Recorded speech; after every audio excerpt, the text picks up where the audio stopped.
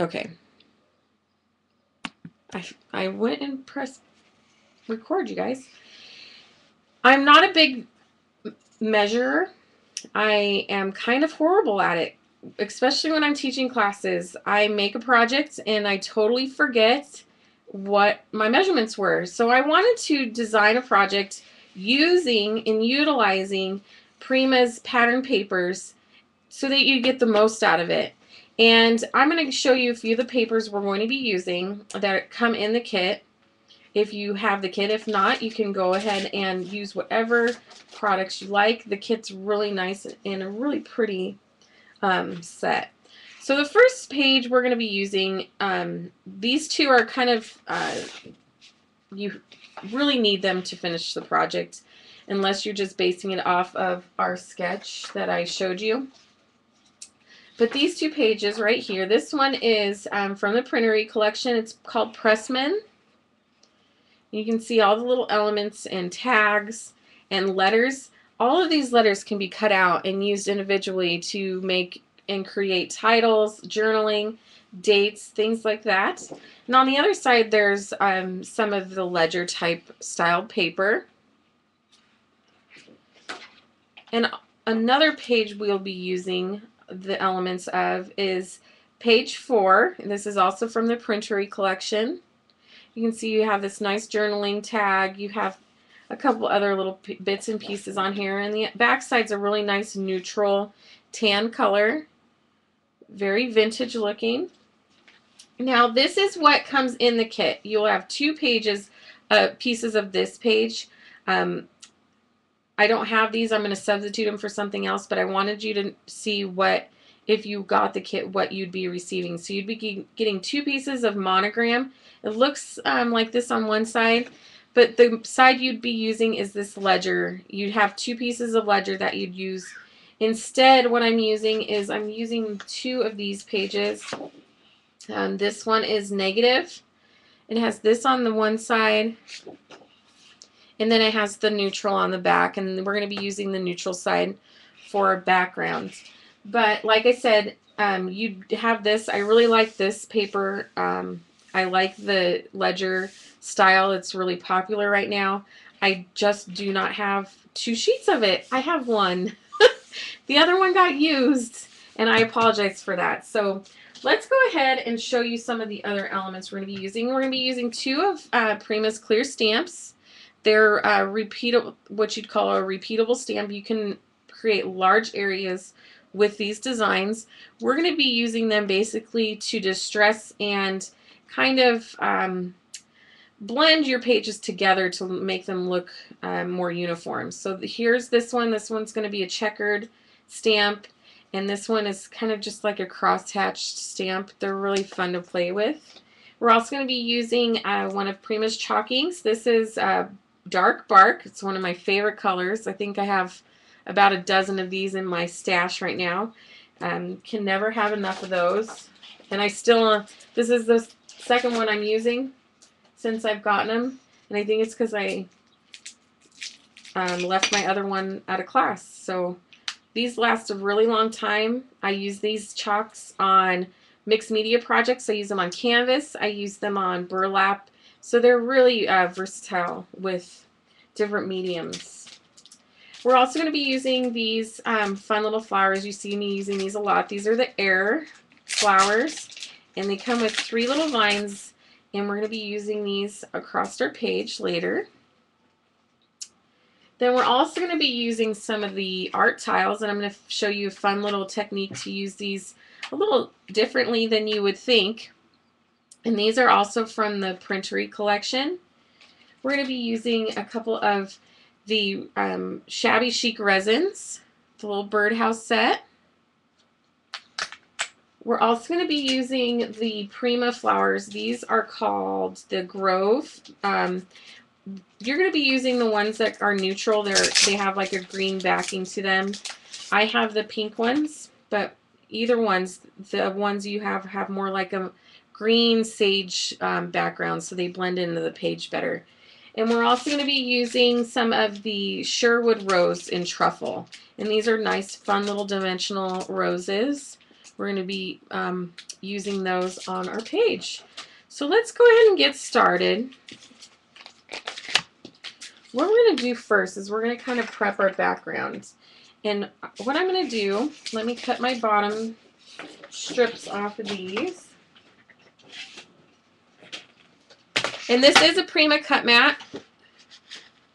I love this it's a self-healing mat. Has two sides to it. There's a black side and a teal side. I have found out tonight that the teal side works a lot better with my lighting. And black paper does as well. And I apologize, we won't have that very long. But we're going to be using this side. So, and also Prima also has a smaller mat. Let me show you the smaller cut mat. I have them sitting here. Let me show you the other tools we're going to be using. I forgot to show you that. Here's Prima's smaller cut mat. And it comes in black and teal as well. And each side has measurements. This one has centimeter measurements and inch measurement conversions. So whether you go metric or regular inch, you're able to convert your measurements. And it also has angles, so you know how to use the cut angles as well. And the same thing goes for the larger mat. We're also going to be using the Prima Comfort Craft tool. And this will go into a little depth. A lot of you have seen me use this before. A few of our other educators have done so as well. But I'll go back through it for some of the new people to show you what is all included in this. And when I taught this class, at San Diego Expo. They fell in love with this distressing tool. They were just in total awe of it. Prima also has a craft knife as well, the Comfort Craft knife. And in it comes some extra blades in the tip. There's 12 extra blades. Let me see. No, there's storage for 12 extra blades. I believe there are 4 or 5 blades in the end. And then you have your regular blade at the tip as well. So this is another tool Prima carries that is it is really easy to use. I do find that a lot of people who do the fussy cutting really like this knife in particular because their fingers don't tire out as easily when using a normal craft knife. So that is those. We're going to get into those a little bit later. So let's start our background. We'll get back to that again. So what I'm going to do since we're doing a double page layout, I want to put my papers for now side by side so they're nice and lined up evenly. I know a lot of people, some do a lot of double page, some don't. It is different for me. I'm usually single pager, but I like to step outside of the box once in a while. So I'm going to take my dark bark, and what I'm going to do, I don't need stamp blocks for this technique. You want the stamps kind of flimsy because you don't want to stamp the entire image. You just want to stamp bits and pieces of it to add some depth to the background. So I'm just going to roughly ink the back of my stamp. I'm going to start with the cross-hatched stamp. And I'm just going to go right along the edge and towards the center and kind of just run my finger across parts of the stamp. And you can see where it gives it that broken stamped image, as if it was like an inked spot on the page, and after the years that ink broke or wore apart. And you don't have to ink it after every time. You can kind of double stamp where you've still got the light residue of ink on the page.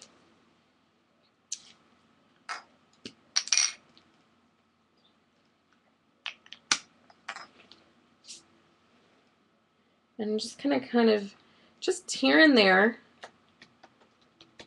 just adding some extra little touches to the page.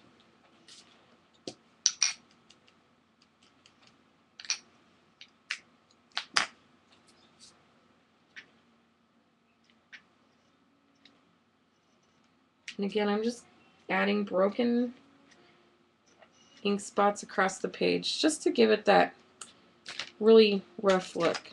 And now I'm going to take my checkered background stamp and add a few of this one. You can change colors of inks if you like. I just kept it more of a neutral color scheme, so I didn't change them up, but you can definitely do so. You can see where it adds just a different look just by changing the stamp.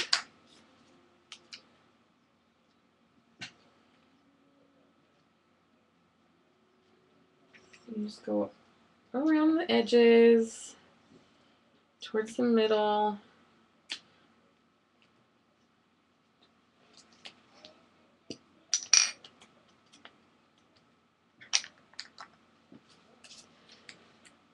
Does anybody have questions? It's pretty easy. Yes, these are my favorite. These are two of my favorites. You can use them really for any theme or project. Pretty universal. I think I've got enough. Most of our design, let me scoot you over a bit so you could see the full page. I know I'm getting you guys cut off here a little bit. Here we go.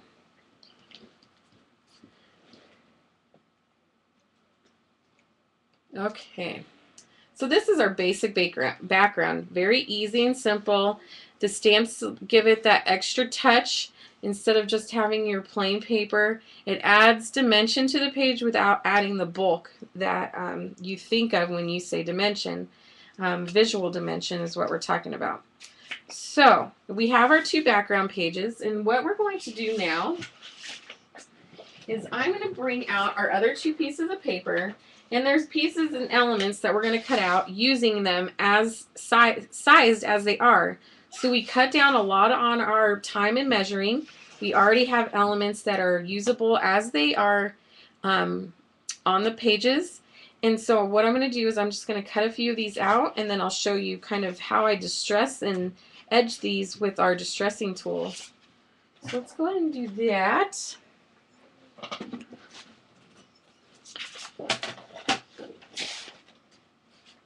I'm using this one. This again is page 4 that I'm cutting.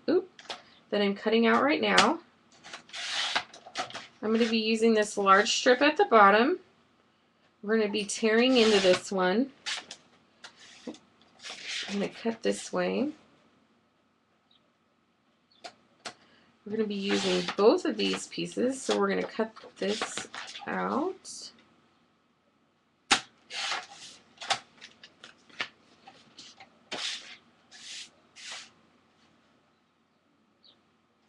This little lovely piece right here is perfect for added touches. And let's see. I believe these two are extra, so you'd have these extra for another project. Out of our next page, we have quite a few little pieces we're going to cut from. Let's see. This page again is Pressman from the Printery line. Okay. I'm going to cut out this little spoon. This little guy right here would be perfect to use on an ETC card. Pretty close in size. Now this one, I used this one on our project. You could use any one of these four would fit for this design. But I'm using this one since it has some writing already on it. Makes it kind of handy.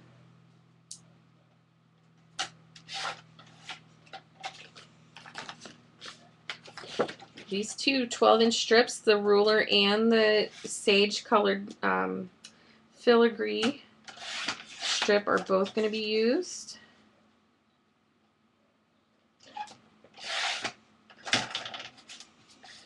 I'm going to cut this whole strip off. I'm not going to be using the letters in this project right now, but I just wanted to show you earlier that it's a whole half a page almost worth of letters that could be used on any number of projects. Perfect for cards if you're wanting to add a little three-dimensional sentiment to your card, those would be perfect size to add. Okay. So on this page, what we're going to use is this piece right here. We'll be using this one. We're going to use this and our little spoon. We're also going to be using this one with the nice vintage writing on it. And I believe these two pieces right here. So here are all of our pieces and elements already measured out for us. How awesome is that? You don't have to sit there with the ruler. Not really. You will a little bit, but cut a lot of time out just by using the elements already printed on Prima's paper. How easy is that? So the first piece what we're going to use is this large piece. It's got a nice sage background with a little black black background with a nice little sage design on it. And what I'm going to do, when I go off of a sketch like we are, I like kind of eyeballing. I'm not a big measure, like I said, but I will measure for sakes, just because. This one we're going to do is we're going to cut off about 4 inches. So I'm just going to measure this up. Let's see. Here's our 4-inch right here. Measuring to my 0. I'm just going to make a little line right there. And you could use your paper trimmer, or you could use a pair of scissors. So that's one plus about having our little cut mat or a large cut mat. You don't have to have a paper trimmer that has a huge line or ruler on it. You could just go ahead and use the measurements off of that to cut off of. Let's see. Just want to make sure that my measurements are correct. Let's go 5 inches instead of 4. So we're going to go 5 inches. Off of either side, it doesn't matter. The design is pretty much the same all the way across. So what you're going to do is you're going to have one 5-inch strip and then another 7-inch strip. So you'll have your 12 inches. And what these will be is we're going to separate them between the two. And I have got to think of the direction I'm teaching this in. Sorry, you guys. So here we have our 2 pages, and we have our 2 pieces cut. And when I place these on our background, they're going to come up about 2 inches from the bottom. So when you place your pages from the bottom, they should be 2 inches. And before I place these down, what I want to do is I'm going to go ahead and I'm going to rip the paper so you see the white core of the paper. And to do that, what you want to do is you want to pull your ripping towards you. And this will have the white core show up. So to make sure that my ripping is somewhat even, at least in the middle, I'm going to line my 2 pages up. I'm going to start my tear evenly with my first page and then just go up. If it's not even all the way across, it's okay. I'm kind of following it with my other finger just so that the tear doesn't completely rip off the top layer of my page. So we have our 2 pieces of ripped right here. Just like that. Throw my scraps away.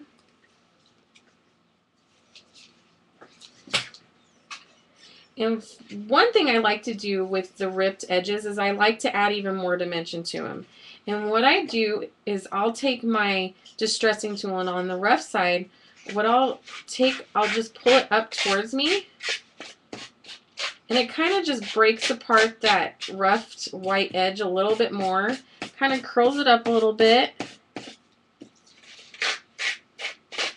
adds a little bit of dimension without totally tearing the page apart.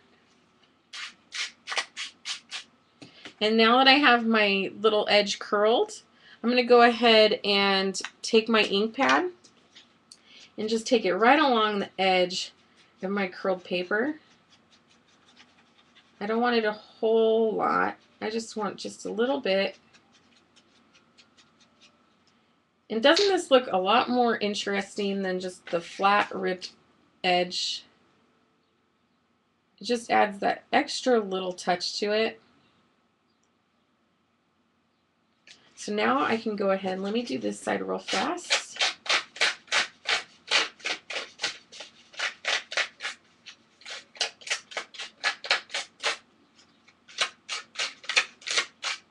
I hope this sound doesn't totally drive you crazy. Okay, I'm just pulling up the edges again. And then I'm going to take my chalk ink right around the side. You can take it around the complete edge if you want to. You don't want to do the centers because if your pages meet up, it wouldn't really be the edge, it'd be your center. So you just want to do the edge, leave the center alone. And I'm going to go ahead and glue these down real fast. My craft. My tape runner, my tape runner. See, I clean up and then I don't have anything out. This is a Scrapbook Adhesives little tape runner. And then again, I'm placing it about 2 inches from the bottom. If you're a little off, it's okay. You have plenty of room on the rest of your page to still put your the rest of your elements and your photos in.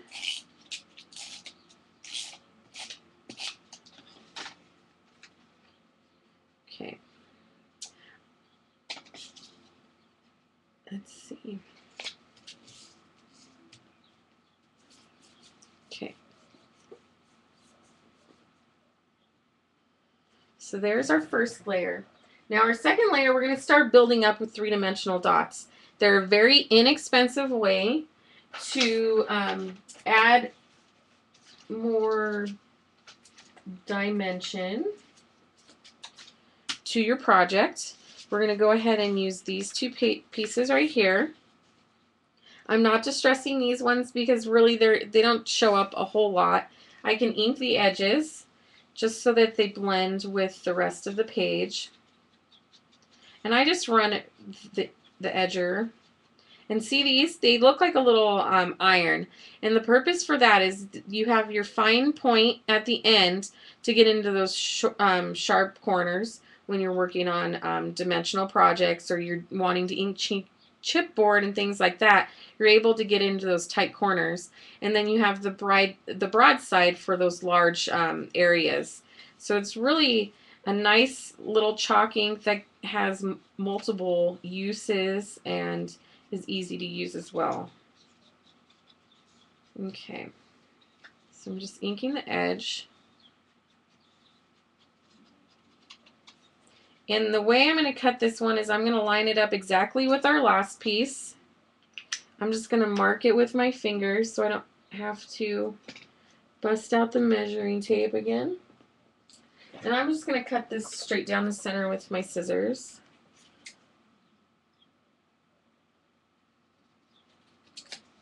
Just like that. And same with our little ruler. Mark that as well.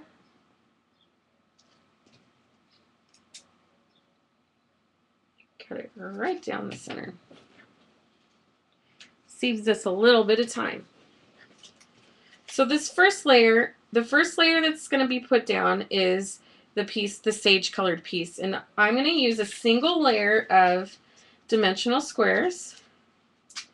Any dimensional foam tape will work for this, just as long as it's double-sided.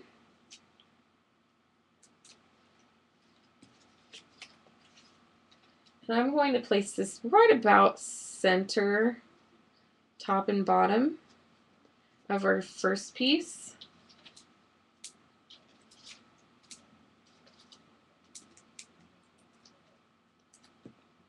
Okay.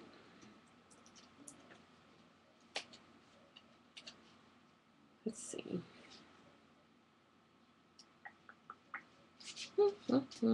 Last day of school for the kids today. They're so excited. All right. So here is the next layer, and what I'm going to do now on this one is I'm going to pop those up one more time, and I'm just going to use one single layer, but when I put them on here, I'm going to put them towards the bottom. I know this looks like the top, but as you can see, if I flip it over, it will be towards the bottom of the piece because I'm going to layer it on top of this one to save myself from having to double up on my pop dots. So I want to kind of overlap the top of my sage piece just a little bit to cover it, and that'll help pop up my ruler piece a little bit.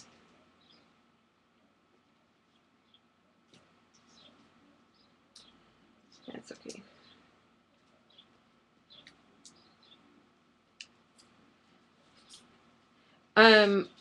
These are scrapbook adhesives, three-dimensional dots. Oop, I almost put that upside down. They have a really good adhesive. I've never had a problem with the project falling apart when using them, and I use a lot for my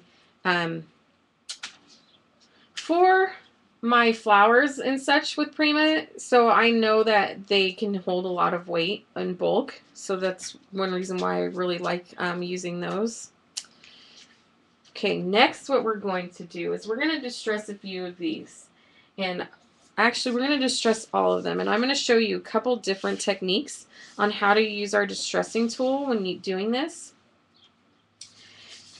Our cut mat is very user-friendly with our distressing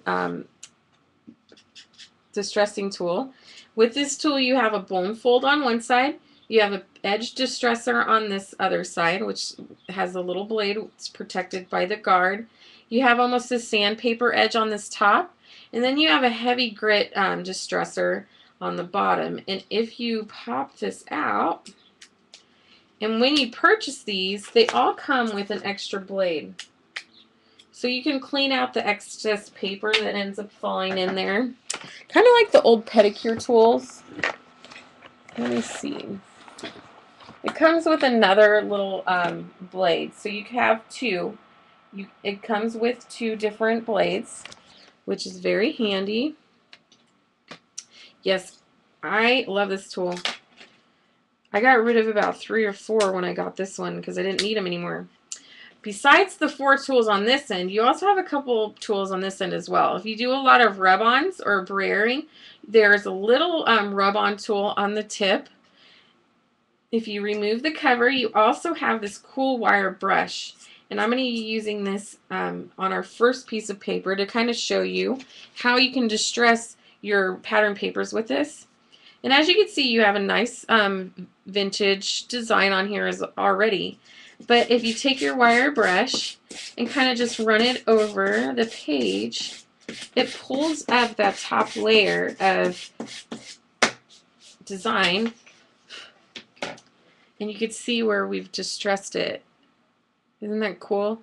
So you can give just a little effort and you could add an extra element to your paper. So what I'm going to do now is I'm just going to take my edge distress, or my heavy grit distressing pad, and I'm just going to run it right around the edge. Kind of like if I was inking the edge. I'm going to do the same thing with my distressing tool. Very simple. If you're not really big on a very heavy distress look, this gives you just enough to kind of not dirty the edges, age the edges. That's a good one. Just to age the edges, take the newness off of it a little bit, and just gives that aged look. So there's just two simple ways to do a distress look. Another way is if you take your paper and you take your heavy grit or even your sandpaper grit and you pull at the edge on your cut mat, pull the edge inwards or pull from the edge inwards with your distressing pad.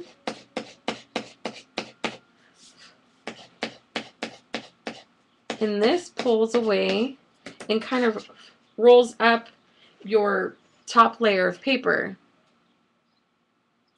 Can you see that? My screen just went dark. Just a second.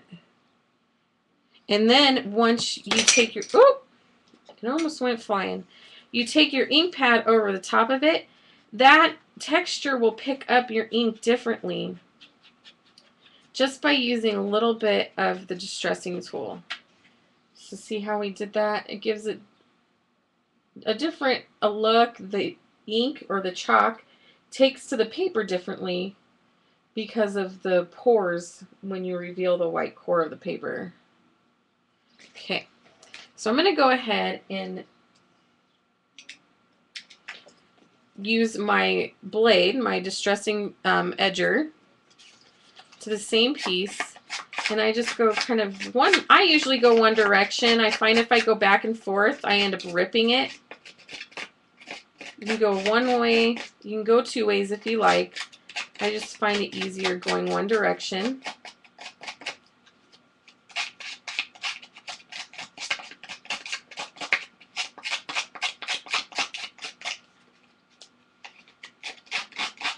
And the rest of these, I'm going to go ahead and hurry up and distress so we can have plenty of time to finish this page. And you don't have to even distress these. You can leave them as they are. I'm just going to distress these real fast so we can finish the page.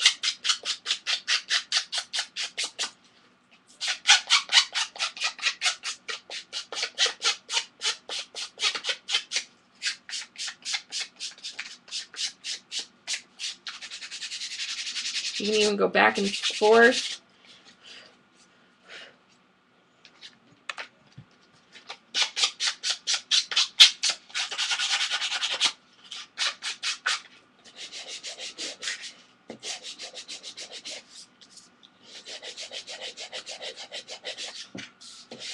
Again, I'm just kind of taking the newness off of it.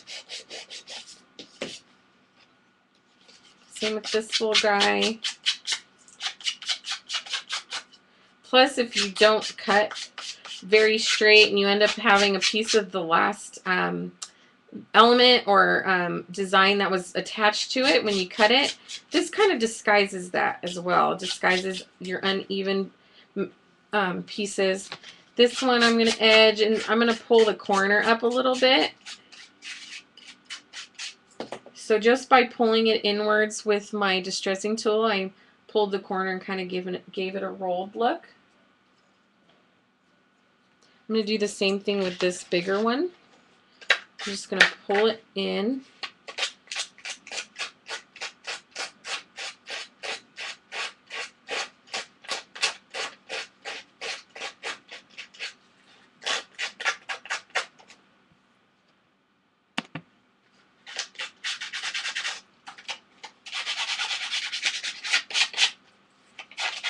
Yes, it has a ergonomic handle. Take my little wire brush here and just strip away a little bit of the top layer of paper. And this last little piece, and then we'll start putting the page together.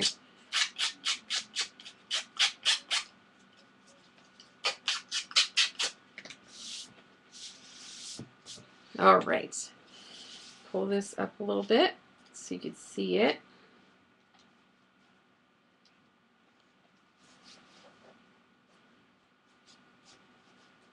Here we go. All right. So on this design, I did it so that you would have a place for multiple photos. Okay, where did my sketch go? Here it is. And as you can see, you have a place for one single photo, like a 4x6, and then I have two wallet-sized photos. But you could switch, mix and match. That's the nice thing about sketches. You can take them and interpret them the way they fit for you. So you could do multiple small photos all the way across. You could do two 4x6 photos on each side. You can cut this in half and use just this as your sketch and make this a one-page layout. So you could take your elements and they would end off of your page. You could take your photo, you can add your title here or journaling here, and just kind of mix and move them around to help your creativity. And same with this side. You don't always have to use a two-page sketch as a two-page layout. You can use them as single pages as well. Say this is a single page sketch and you wanted to create a two-page layout out of it. All you'd have to do is take this and mirror it onto the other side so that these elements that end in the middle end up meeting each other. Same if you had, say, everything was centered. All you'd have to do is take it and mirror it onto the other side and you'd created a two-page layout. So it's really simple to kind of take your sketches, which Prima does every month. We have our Build-A-Page project that we do each month that gives you a sketch, and we love to see the interpretations that you guys come up with and bring back to the blog, and we love seeing all of your work. So make sure that we just put up this month's Build-A-Page. Go ahead and take a look at it, and we hope that you guys participate in that. Back to the layout. What we're going to put down next is this piece that says lovely, and this is going to be put onto the, I guess, your right side of the page. I'm not going to pop this one up. I'm going to leave it flat. So I'm just going to use my little tape runner again.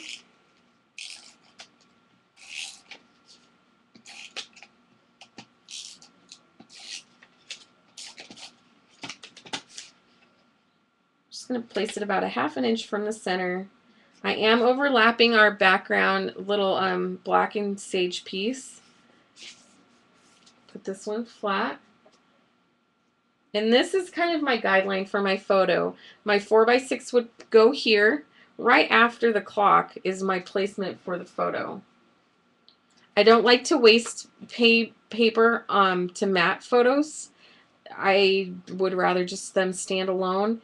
It saves paper and it saves time. That's just my theory. If you want a mat, you can add a mat right on top of here.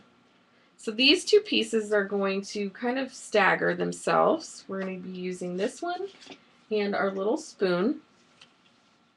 And you kind of want to just stagger them so that they actually end up acting as a mat. And a mat just kind of brings and pulls in the focal point of your photo, and this will do the same thing. With this pad being behind it, you've added a small piece of journaling, and I'm going to go ahead and pop this up with a few dimensional dots.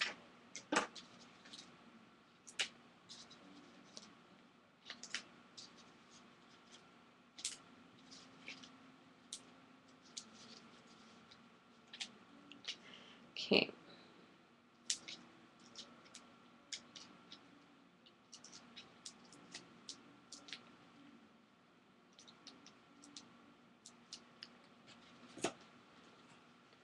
I'm just going to center this, kind of angle them off kitty corner.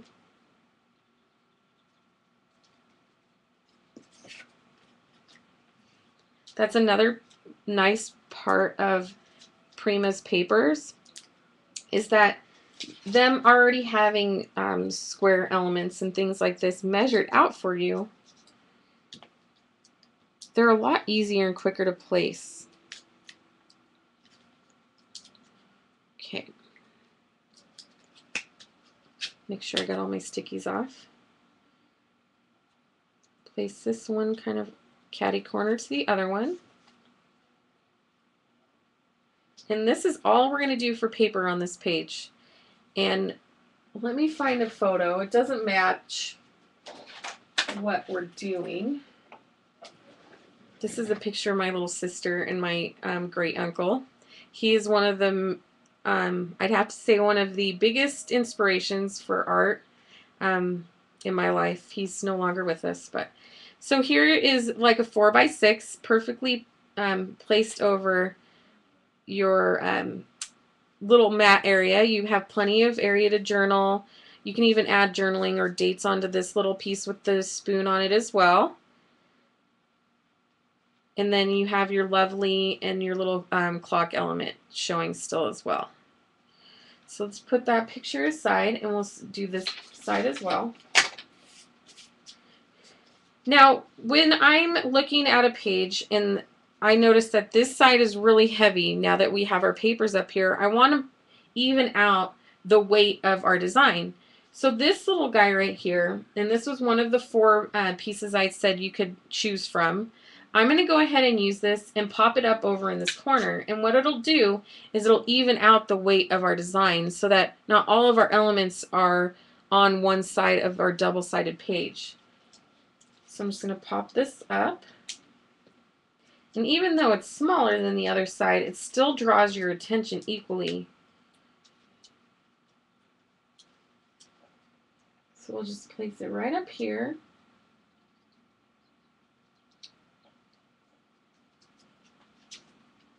And you could add flowers around this as well if you'd want to, or you could just leave it the way it is. Now on this sheet, what we're going to need are these elements right here. And we're going to do the same kitty corner effect. We're going to pop these up. First, this shorter piece. You have your long piece and short piece. They look very similar, but just the designs alone will give you the difference in eye appeal. They're not too close to where they just blend into each other.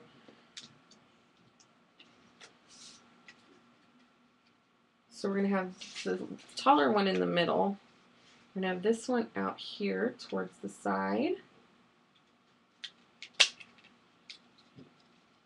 Just like that.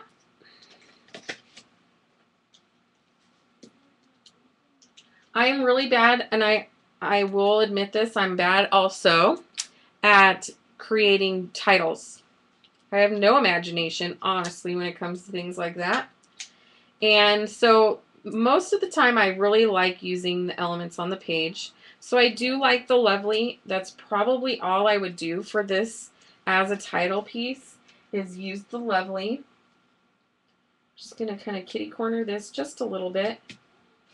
And then to add a little something extra, I'm just going to add this little guy with the writing. I really liked the distress and aged look on it. So I'm going to go ahead and use this as well. And we're just going to kind of teeter it between the two. So here's our page so far. Very simple. And they could be used on their own or together. And our last little piece is this little number tag that I'm going to add. This would be perfect for a little date.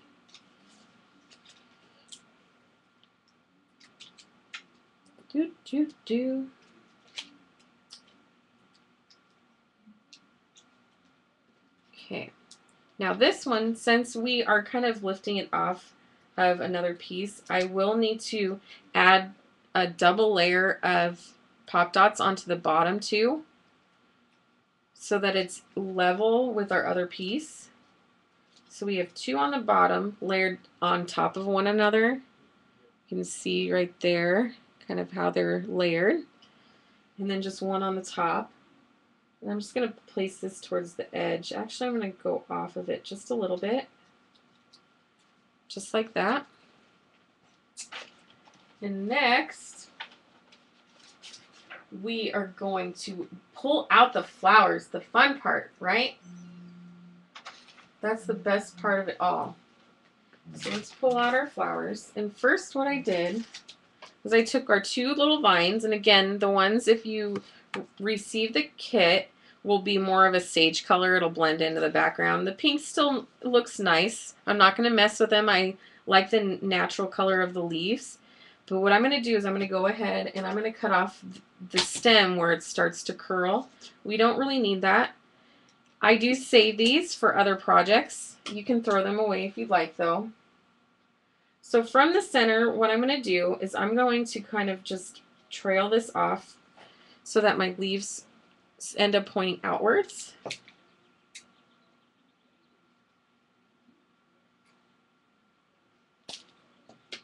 And same with this other side. I want them to come off the edge of our pages. So you know what? I'm going to move this little tag down just a little bit.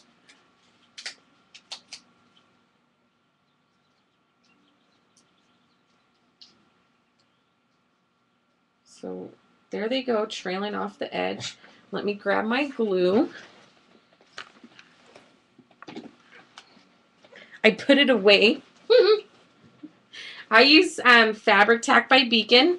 I find with the hot glue gun, after a while, once the glue dries and hardens, some of the stuff falls off of the projects. With the Beacon, even when it's dry, it has almost like a give to it. So you don't have to worry about it falling off later on. So I'm just adding some just to my stem. Well, Mr. Q's not happy right now. I'll do the other side.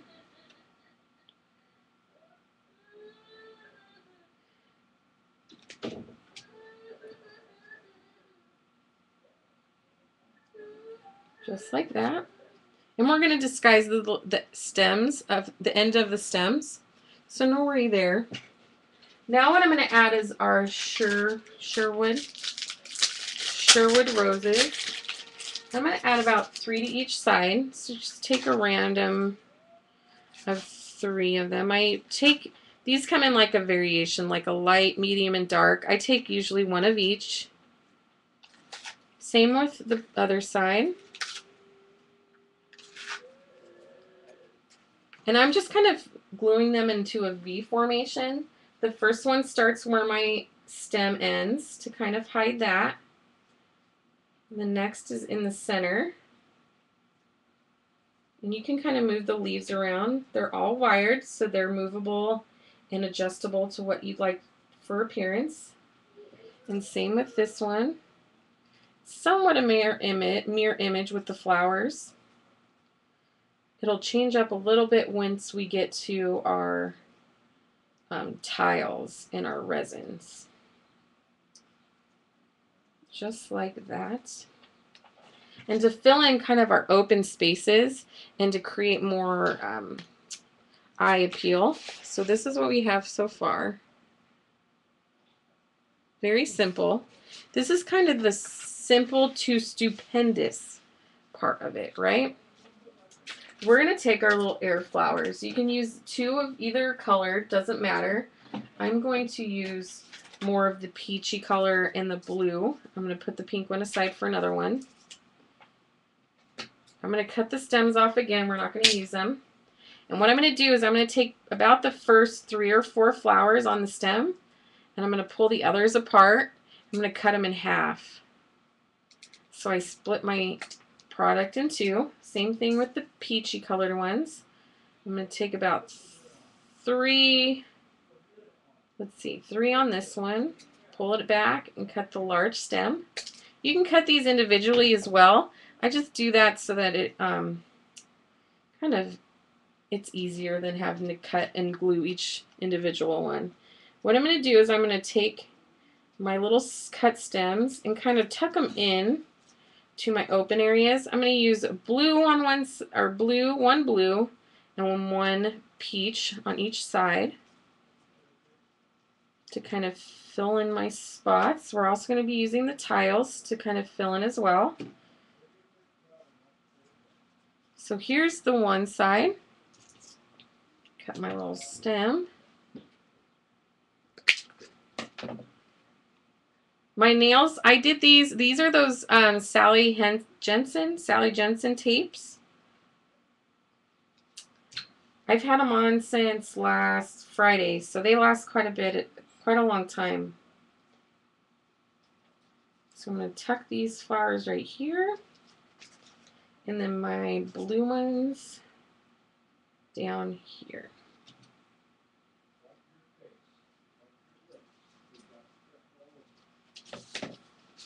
So here we go. We've added those little air flowers. So they just add a little more extra, something extra to it. And let's bust out these art tiles. Okay, actually, first we're going to do the resins. I want to save the art tiles for last. So let me get my art tiles.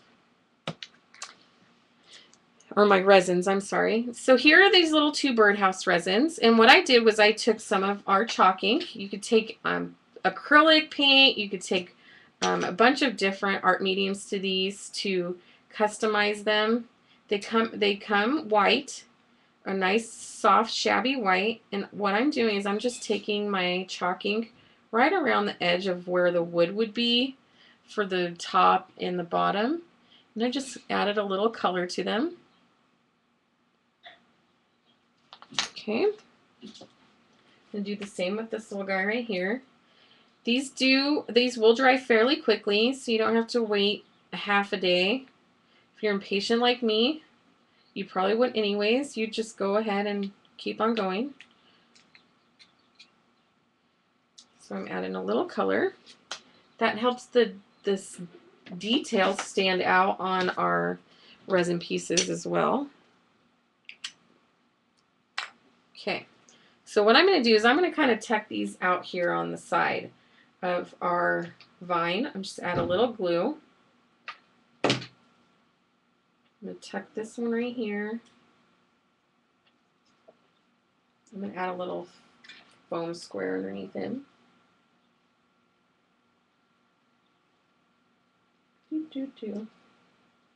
And then our other little guy next to him.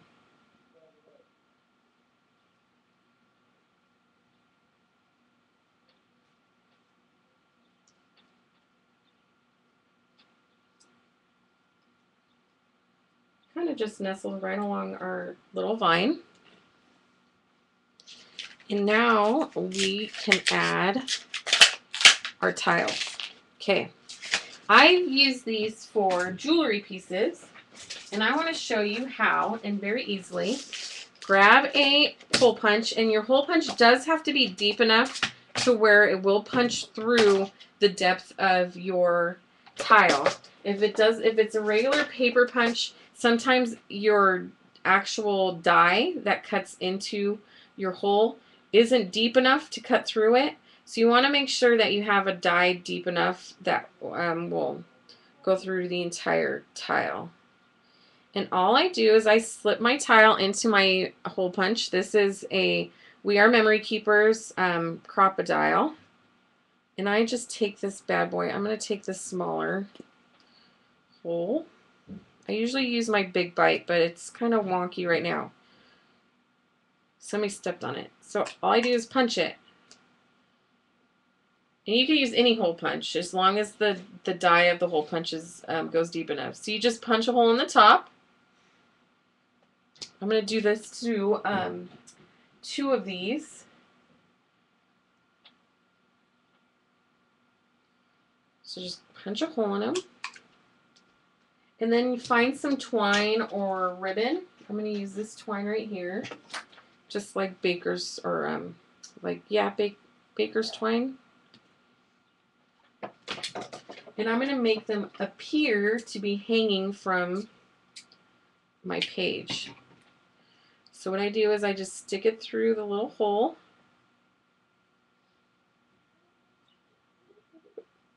And I tie a knot in the end of it so that the piece of twine, or if you want to get fancy, you could pull a bow through it.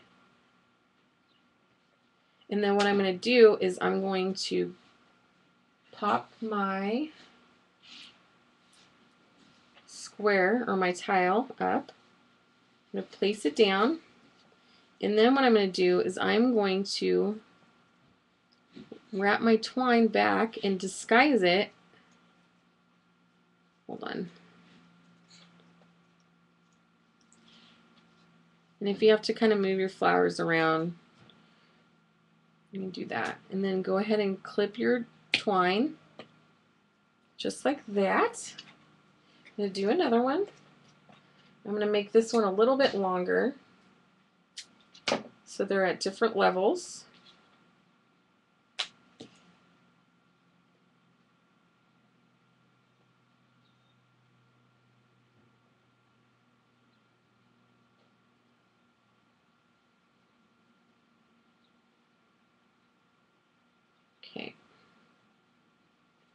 Add your little pop dot on the back. These are really lightweight, so you don't have to worry about adding a lot of adhesive. You could wear these for jewelry. You could wear them. I'm going to go ahead and cut off my little string and glue this behind. Just add a little bit of glue to the tip of my twine.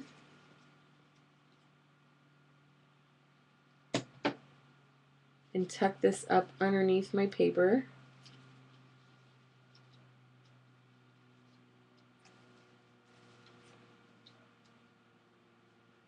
Then you have little hanging elements on your page.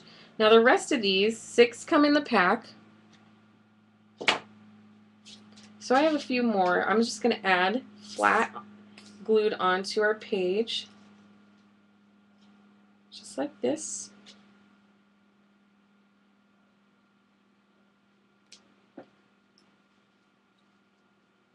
Fill in more of our little empty spaces. You don't have to use them all.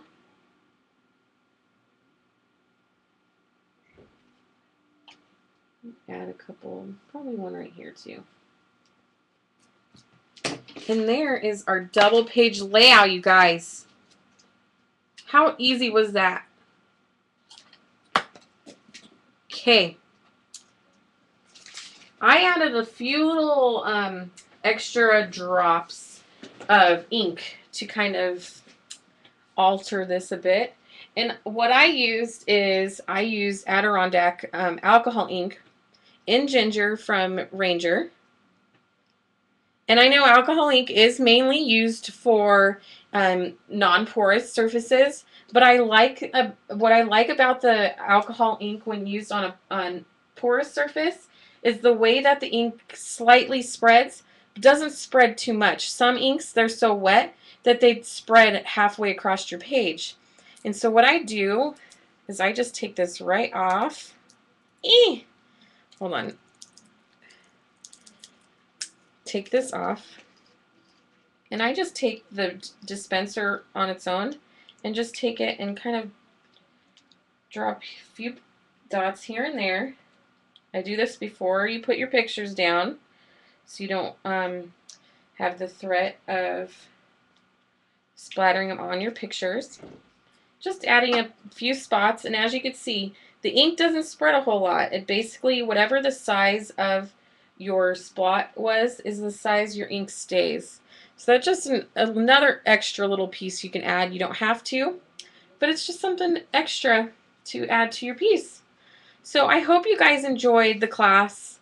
It's something you could get done without doing a lot of measuring. You can get a page done within an hour, really. There you go. I did put the splotches on after I put the photos on, and it was an afterthought of the design. So on the original you do see some spots here and there, but if you forget and you still want to add it, just cut a little piece of paper out, put it over your picture, do your spots. You should be fine. So I believe that's it. If you guys have any questions, let me know. This will be recorded, and we'll have the link back to Live with Prima and on my page also on Facebook. So if you guys missed any part of it, it'll be there for you to come back and watch. And if you have any questions once you watch it, feel free to ask us on Live with Prima's page. We're always there to answer any questions. And if you have any ideas, please feel free to give them to us. We really want to know what you want to find out and learn out there. So make sure if you have any suggestions for classes or projects, let us know and we can definitely get those up for you. So thank you for coming tonight, and I hope to see you next month. And who's next week? Carrie.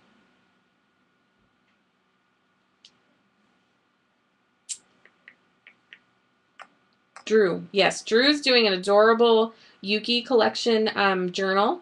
I really like that line. It's a lot of color and really fun lines. So he will be here next Thursday at 6:30 Pacific Standard Time.